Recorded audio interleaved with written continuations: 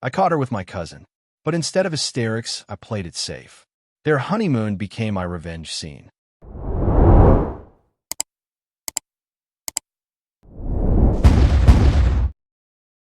Part 1. I knew she was hiding something, but what I saw knocked me out of reality. I don't know why I decided to share this today.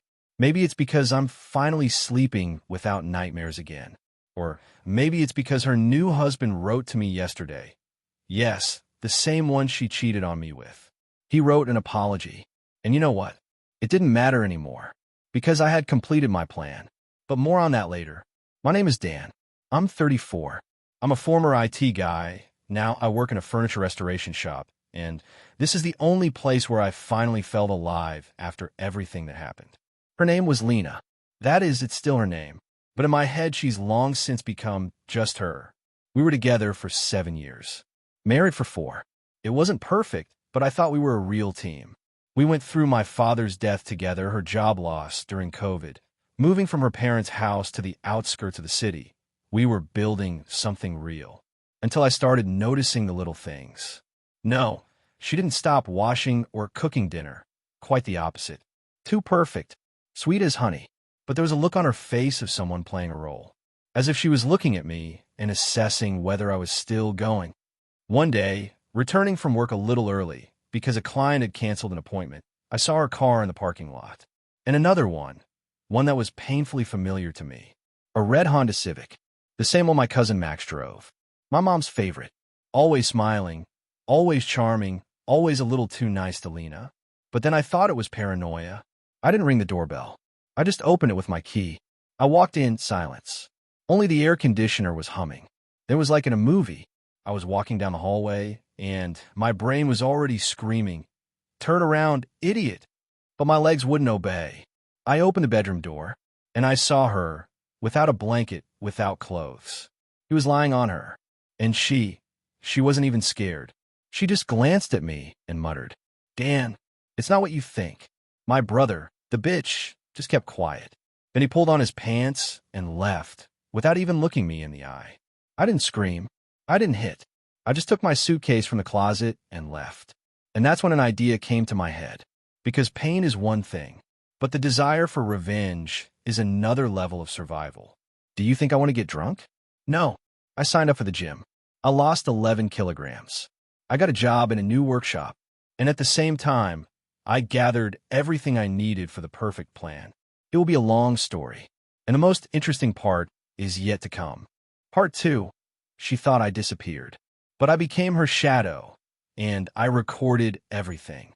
The first thing I did after I left home was not call my mom, tell my friends, or post on social media. I went to the garage. Yes, my dad's old, smelly garage, where his tools and a box of my old things have been sitting dusty since I was a teenager. Among all the junk, I found what I was looking for, a small micro camera I had bought a while back for a video blog I never got around to. It worked, and that was enough. Then the work began. My hands were shaking, but I wasn't broken.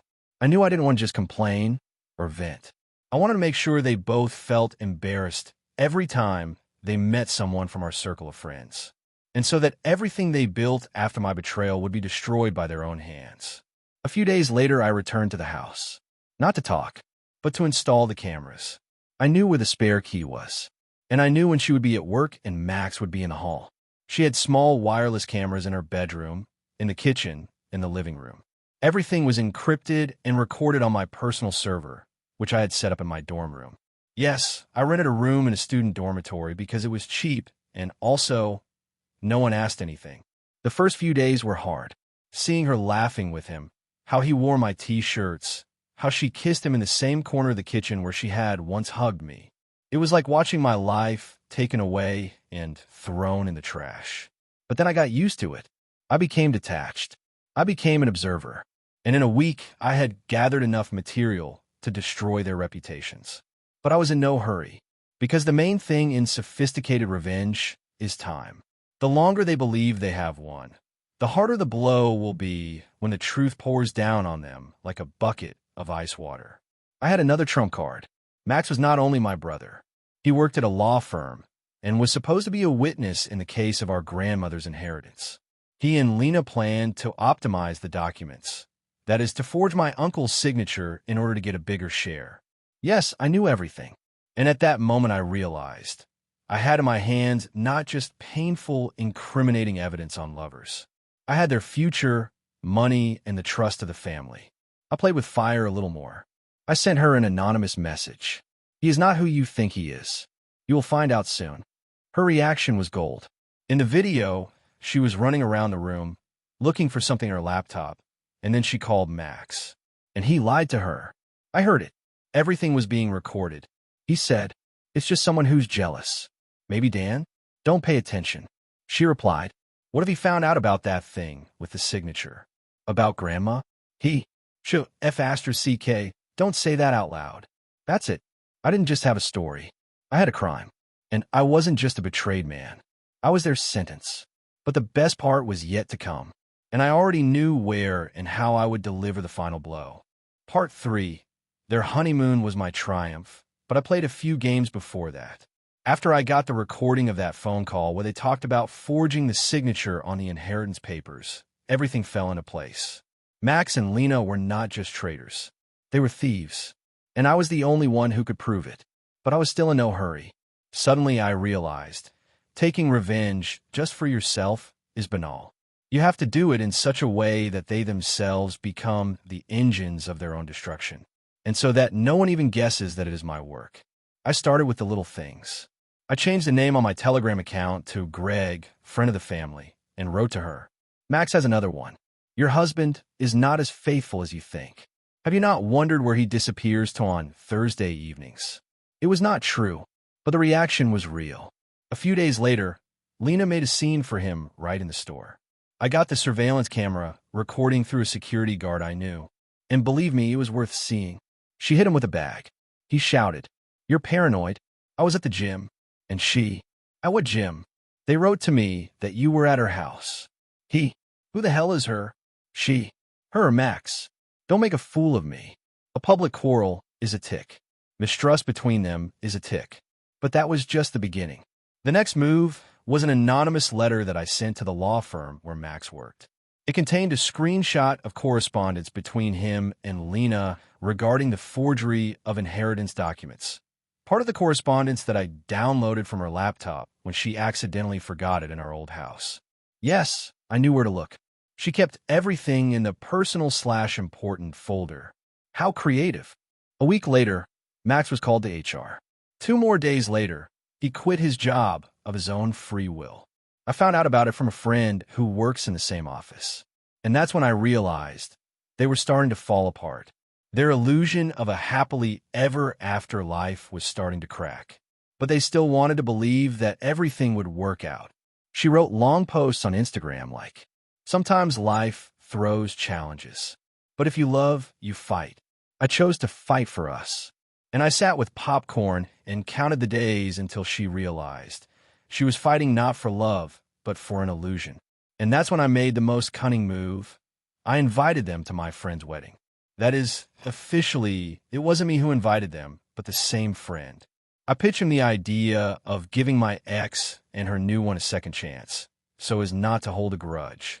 They agreed, because what could be more pleasant than coming to a wedding where your ex will be, who, in their opinion, hasn't moved on yet? I had already arranged with the photographer and the host. The wedding was planned to have a big screen to show photos and videos of the newlyweds. But during the toasts, I prepared a surprise. What? A recording from that same evening, where she tells him, "I'm afraid Dan will find out. We really did forge the documents." And Max replies, "But who will believe him? We have love. He's nobody." I edited this recording into a slideshow to beautiful music, and it was supposed to be shown in the last block of the evening when everyone will have a few drinks and relax. Do you already feel where this is going? Hold on, because the most delicious thing is ahead. Part 4, the wedding night that turned into a bombshell, and I was the one who pushed the button. A friend's wedding was held at a country restaurant overlooking a lake with flowers, string lights, a buffet, a jazz band, and all that Instagram-worthy crap that was supposed to symbolize love. But tonight, the symbol of love was revenge. Mine. I arrived at the event early, not to see the ceremony, but to make sure the flash drive with my video was already inserted into the host system. My friend, the groom, knew. He honestly didn't care. He just wanted a little drama at his wedding because, damn it, it's going to be fun. Max and Lena showed up later in the evening. Both of them looked like they were straight out of a perfume commercial. She was wearing a silver dress, a new haircut, and an I won smile. He's wearing a $2,000 jacket with the same cheeky smile he wore back in school when he was courting my girlfriends. When they came up, I raised my glass. "Oh, Lena, Max, nice to see you. I hope you'll be comfortable here." Lena smiled nervously, and Max, thinking that I had finally died emotionally, slapped me on the shoulder. "How are you, brother?" Oh, how I wanted to answer. "Better than you'll have in 5 minutes." When it was time for the emotional video about the love of the newlyweds, everyone gathered in the hall. The lights go out. The show begins. Cute photos of the newlyweds, shots from the engagement, dancing, kissing. And here's a sharp transition. The picture darkens. A collage from a hidden camera in the bedroom appears. Her voice was heard. "I'm afraid Dan will find out." Then Max's voice. But who would believe him? "We are in love. He's nobody." The silence in the hall was so thick that you could cut with a knife. The host froze. Someone turned to me, and I sat calmly, drinking wine and not taking my eyes off the screen. The next frame was a video from the kitchen where they were discussing the forgery of my uncle's signature. Max froze. His face was like a dead fish. Lena turned pale. Then she stood up and shouted, "It's a montage. It's all set up." But one of the guests, a person familiar with the law, looked at her and calmly asked, "Did you seriously just say that it was a montage and you're shown confessing to a crime?" A commotion began. Max tried to take her out of the hall, but my photographer friend stopped him, who was filming it all on a camera with a better angle. The guests started whispering. Someone had a TikTok live. It went viral immediately. By the time they got to the car, Instagram was already playing clips with the hashtag #WeddingBomb2025. A week later, the police came to Max. Because my anonymous package with a flash drive, a cover letter, and copies of correspondence was already waiting for them in the prosecutor's office mailbox. He was getting a conditional sentence. But the company where he used to work disowned him. The family was divided. My uncle, Max's father, told him at a family council, "You're no longer my son." And Dan, although not ideal, turned out to be the only man among you all. And Lena? She disappeared from social media. They say she went to another city. Her page was blocked for fake activity because the wedding video became a meme. Her phrase, "We have love. He is nobody," went viral, and tens of thousands of people, mostly women, commented on it. With hatred. I won. But the story does not end there. Because real victory is not to break someone, but to build yourself anew on the ruins. Part 5. After the storm, the beginning of a new game. I thought I had closed this chapter. Until she returned. Not Lena. After the wedding video that went viral, I became something of a local legend. At first, I was recognized on the streets.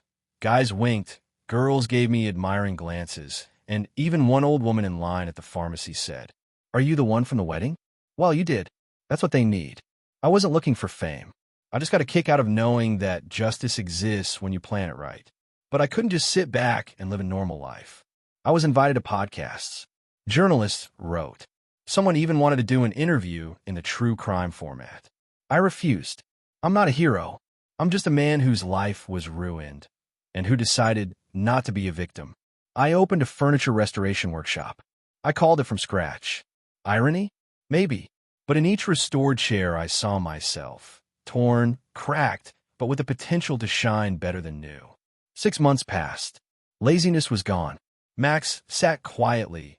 He was supposedly not being pressured, but he disappeared from social media. The family split up. I reconnected with those who were really on my side. I even started dating someone. Simply without fanaticism. And then she appeared. Not Lena, but Marta, Max's ex-girlfriend. The same black swan, as everyone called her. Smart, tough, unpredictable. They dated before Lena, and they broke up because Max wasn't ready for a serious relationship. And so she came to my studio, in a black coat, with a briefcase in her hands and the same cold confidence in her eyes that I remembered from old meetings. "Hi, Dan." I heard you broke up with my ex. I wanted to shake his hand. We sat down to drink coffee, and the conversation dragged on for 2 hours. She knew everything, more than I thought. It turns out that Max had tried to get back at her a year ago. He wrote to her that this with Lena was a mistake. She didn't answer, but she kept everything. And then I understood. Marta was also burning with revenge. But she acted even slower and colder than me. And in her plans, I was not an obstacle, but an ally. I have something that will interest you, she said. And she took out copies of bank statement from her briefcase, which showed strange transfers from Max's account to the account of some private consultant, and copies of letters from the firm that pointed to old shenanigans, even before he contacted Lena. If you thought Max was just a traitor, you were wrong. He's a fraud, and he has another skeleton in the closet, ready to find out. I sat, listening in, caught myself thinking that this story was becoming something more. At first, I just wanted revenge for the betrayal. But now I was on the verge of an even deeper drama. Martha smiled. You thought he hit you below the belt? In fact, he had done it before. And not only with you. This was a new level of play. But now we were playing together. Part 6. What Marta discovered led me to my parents. And they weren't exactly on my side, it turned out. Marta came back the next day with her laptop. She opened a few tabs and showed me a spreadsheet. At first glance, it looked like regular bank details. But she noticed regular transfers from Max's account to my father's account. Is this some kind of mistake? I asked, even though I could already feel my insides going cold. I wanted you to take a look for yourself. I compared the IBANs. It's definitely your father's account. I checked. Dad, I grew up believing he was my rock. He was never overly emotional, but he always stood for the truth. At least that's what I thought. Until today. Marta opened the next tab. An email sent from Max's corporate email to his private Gmail. The old man signed. Transfer another 5 to the account as agreed. He says Dan won't know anything until we close everything out. I read it 3 times. The old man can't be my father. I began, but the words got stuck. Coincidence. Martha raised an eyebrow. I couldn't believe it. The part of me that had just begun to heal after the Lena affair started to bleed again. My dad was in cahoots with Max. They took advantage of my trust. And even when everything exploded, he kept quiet. He supported me. He hugged me. And he himself received money from my trader. I went to him right away. When I went into the yard, he was fixing something in the shed. He turned around, saw me, and smiled. Dan, what are you doing? Did something happen? I silently took out my phone and showed him a screenshot of the letter. He didn't understand right away. I reread it, and the same thing I had feared appeared on his face, guilty silence. So is it true? I asked. He was silent for a long time. Then he sat down on the bench and spoke. I didn't think you would find out. Max said it was a formality, that it was about papers to avoid taxes. I had no idea that you signed a fake document for money, for my trader, and you didn't tell me anything. My voice broke. Son, I wanted to help you. He said it would come back to you, that you would get most of the house from your grandmother, that it would be right to do so. But in the end, he betrayed me, and you silently took the money from him. Like a whore. I couldn't stop myself. For the first time in my life, I wanted to hit my father. The silence between us lasted what seemed like an eternity. I'm sorry, he finally said. I was wrong. I didn't know how serious it was. I turned and left. I didn't want to hear it. I didn't want excuses. Because the worst thing about betrayal is when it comes not from the enemy, but from the one who was supposed to be the wall. I went home and wrote to Marta. You were right. They're all in this. It's time to burn them to the ground. She replied instantly. I'm ready. I've been waiting for this for 2 years. I have another trump card. Max's uncle works at the bank, and he doesn't know that he left me a copy of the internal report. It shows all the transfers, including those to Lena's account. While they were with you, I felt something inside me click again. This wasn't about the relationship anymore. This was a conspiracy, a whole web, and I was at the center. But now I'm the one holding the matches. Part 7. My family was the web, and I was the fly until I found the fire. After I read Marta's message about the internal bank report, I sat alone in the dark. My phone screen lit up with proof, transfers, dates, emails, account numbers. labeled and color-coded, because of course Marta was a damn genius when it came to destroying people the right way. There was, clear as day, transfers from Max's account to my father's, to Lena's, even one that went through my mother's savings account.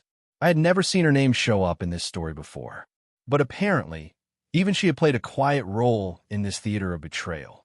What the hell had my life become? This wasn't just infidelity. This wasn't just family drama. This was a criminal web, and I had been too blind, too trusting, too in love with the people I thought had my back. Marta and I met that night in a diner near the edge of town.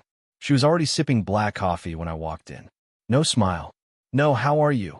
She slid a flash drive across the table. This is it. This is everything, Denver. And if we leak this smartly, not only will Max go down, but anyone who touched those fake documents or took a dime will have to answer. I stared at it for a long time. What would you do? I finally asked. She leaned back, eyes sharp. I'd start with the family. Quietly. Send anonymous packages to the board of trustees handling your grandma's estate.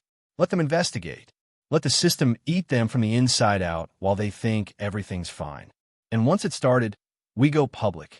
She was brutal. I like that. But I wasn't ready to nuke everything yet. I needed one more thing. I want to talk to my mother. I met her the next day.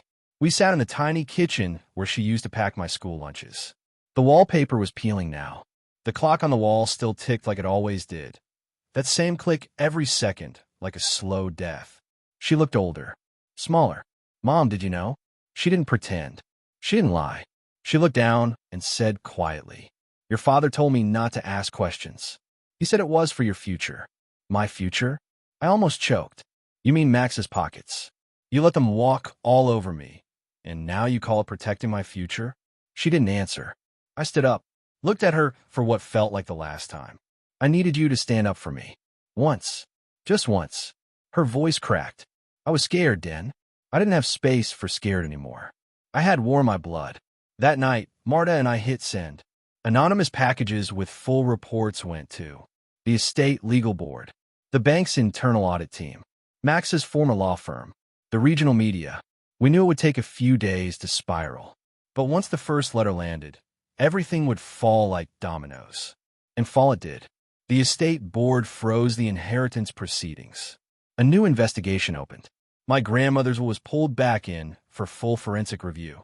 The bank launched a full internal probe into questionable inter-account transfers linked to a dismissed employee. Guess who that was? And Max? He got a very polite email from his former firm that they would cooperate fully with the investigation and wish him luck resolving his legal issues. He tried calling me. I didn't answer. He sent a text. "You went too far. I'll ruin you." I replied with one word. Try. But the best part? That came later. A local journalist, the one who had covered some of the real estate corruption scandals in our city, picked up the leak files. She reached out, asking if someone close to the case wanted to speak. Marta and I looked at each other. She smiled for the first time in weeks. Let's burn the whole F*** ING house down. Part 8. The firestorm we started made headlines, but the real explosion was still coming. We didn't go to the press to be famous. We want to be surgical, to cut deep. The journalist's name was Casey, the kind of woman who doesn't blink when someone tries to lie to her. She came to my workshop with a voice recorder, 3 notepads, and a 1,000-yard stare that said, "I've taken down bigger bastards than your cousin." We gave her everything. The emails, the transfer logs, the audio recordings, the wedding video, all of it. She listened in silence, only nodding occasionally. When it ended, she asked one question. "Why didn't you go to the police first?" Marta said it before I could. Because we didn't want them to go to jail. We wanted them to be humiliated. That quote made it into the article. The story dropped 2 weeks later, front page of the Sunday edition. The wedding tape. Inside, the twisted betrayal of a local legal heir and his family's collapse. Photos.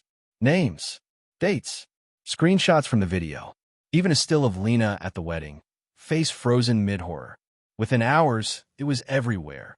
Reddit threads, Facebook groups, TikToks dissecting the story like true crime fanatics. Everyone picked a side, but most picked mine. And then came the real fallout. The estate board publicly suspended the distribution of assets. There would be a full legal inquiry.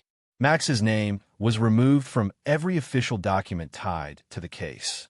A new lawyer was brought in, someone impartial. My dad.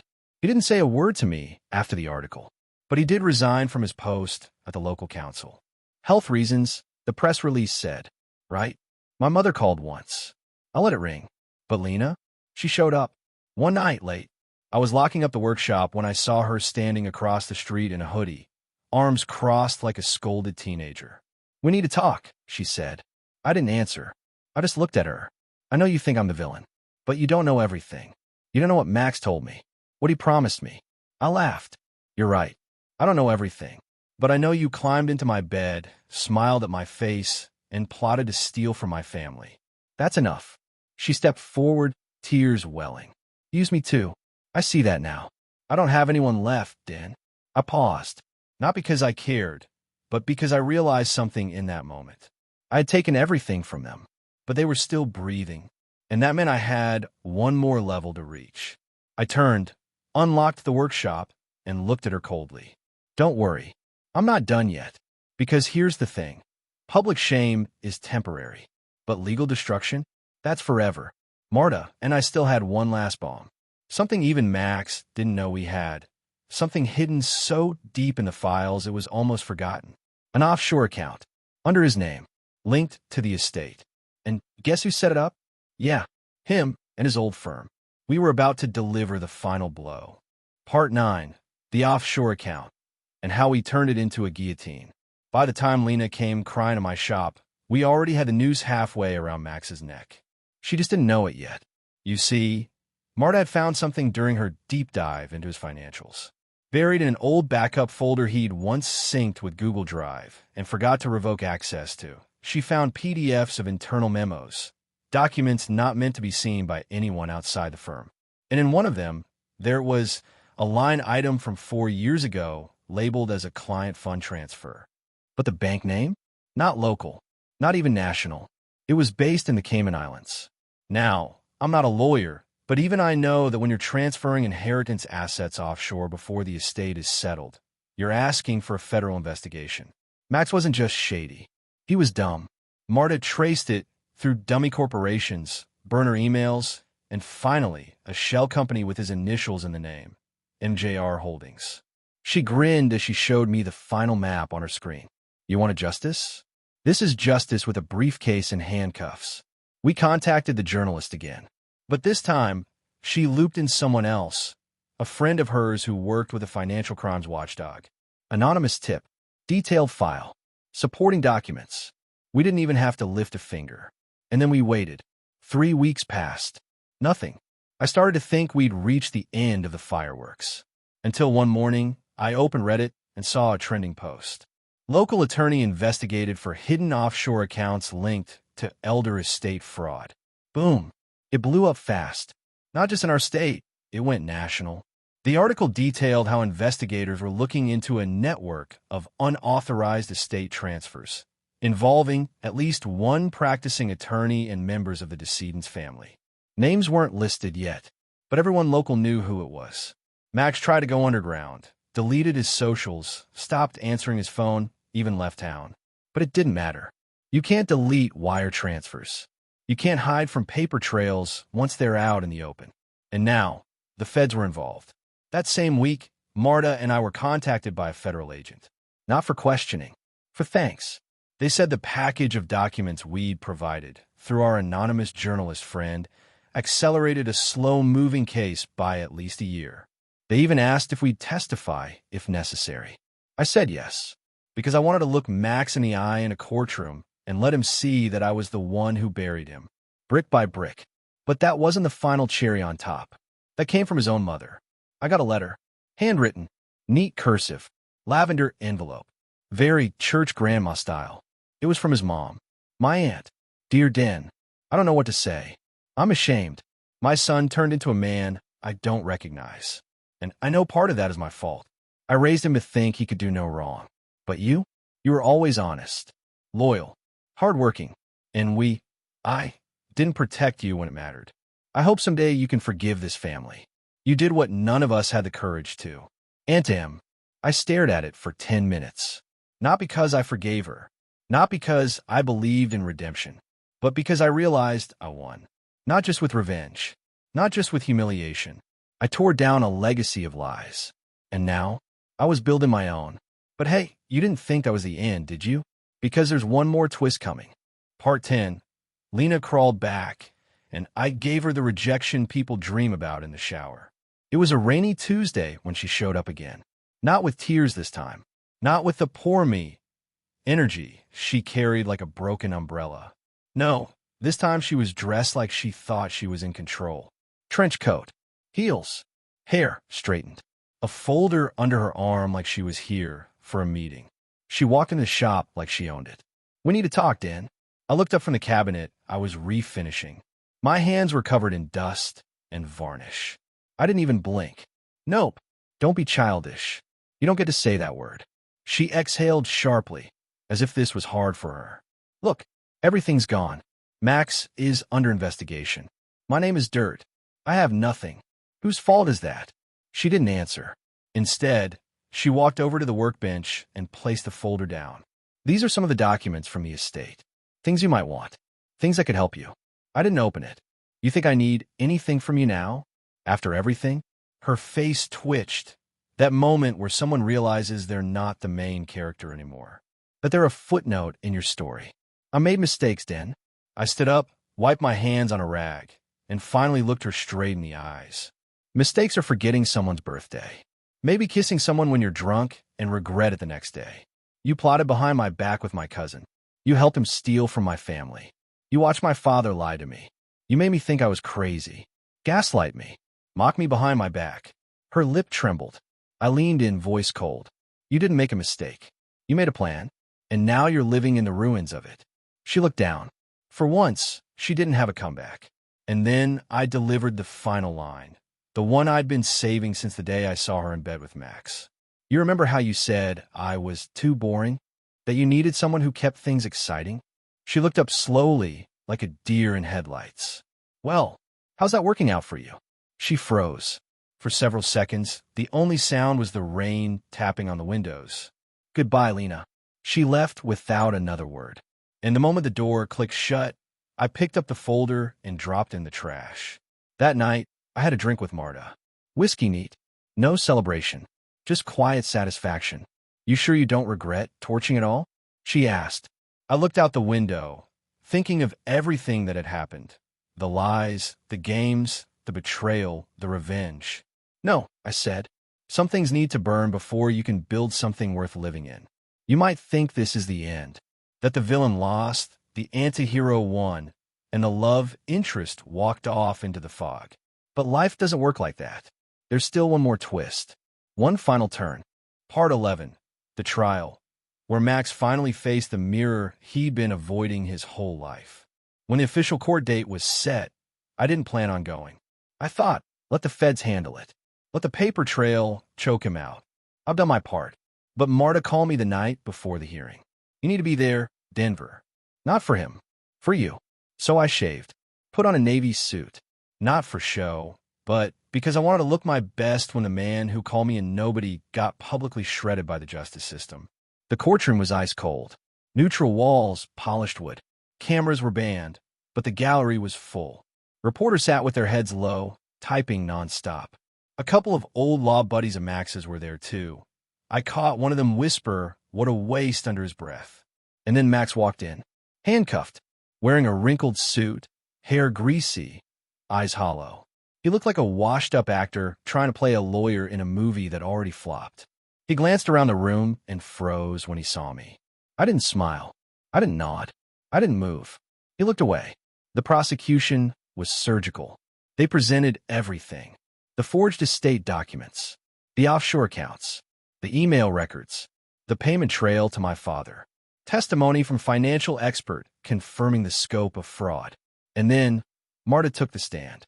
Cool, clear, precise.